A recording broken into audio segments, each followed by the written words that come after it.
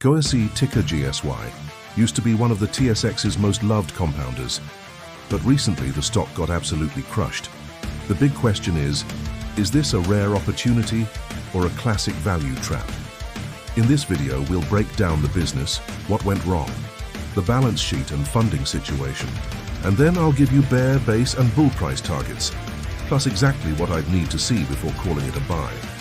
GoEasy is a Canadian consumer lender focused on non-prime and near-prime borrowers. The big engine is Easy Financial, supported by other lines like Easy Home and the point-of-sale lender LendCare. Their model is straightforward. Originate loans, price risk, collect interest and fees, and manage credit losses through underwriting and collections. The whole game is the spread between yield and credit losses and keeping funding available at reasonable rates. The reason the stock imploded comes down to credit performance, especially tied to LendCare. In Q4 2025, GoEasy reported a net charge-off rate of 23.8% versus 9.2% in Q4 2024, an enormous deterioration. They also recognized about 177.9 mouse in incremental charge-offs related to LendCare and 159.6 mouse goodwill impairment tied to that business. That combination crushed earnings.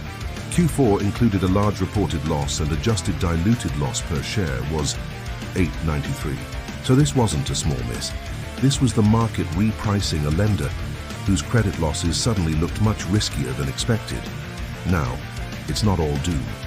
The company still has real scale.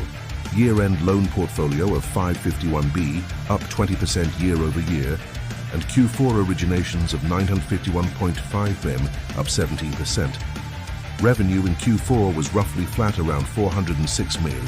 Full-year revenue was 1.70 B, up 11% from 2024. So demand is there. The issue isn't, can they originate loans?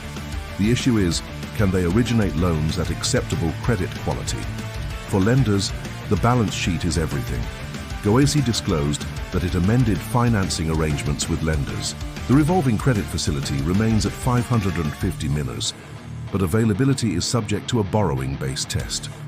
Pricing stepped up to Cora plus 325 BPS, and their warehouse facility was reduced from 1.4B to 1.12B. That matters because if funding tightens, growth slows, and profitability gets squeezed. The company stated liquidity of up to 983 million, though a large portion wasn't available until July 2026. Management is prioritizing survival. They suspended the regular quarterly dividend and paused share repurchases.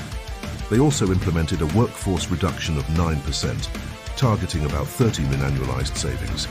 Those are defensive moves, and investors should interpret them as management saying, "We are in reset mode." For Q1 2026, they guide gross consumer loans to 5.35.4 B, with net charge-offs at 17.5 to 18.5%. For full year 2026, they expect charge-offs to improve from Q4's extreme level into the mid-teens. In other words, we think the worst is behind us, but 2026 is still going to be messy. Now let's talk price targets. We'll do this in a scenario framework based on credit losses and funding costs. Bear case, $25 to $40. Charge-offs stay elevated longer. Funding remains expensive and LendCare drags results. Base case, $50 to $90. Charge-offs normalize into management's mid-teens range. Funding markets stabilize. Bull case, 100 tons to 150 plus. Credit losses improve faster, LendCare is de-risked, and growth regains access to cheap funding. So is GoEasy a buy? Here's the honest answer. It depends on whether you believe credit has truly reset.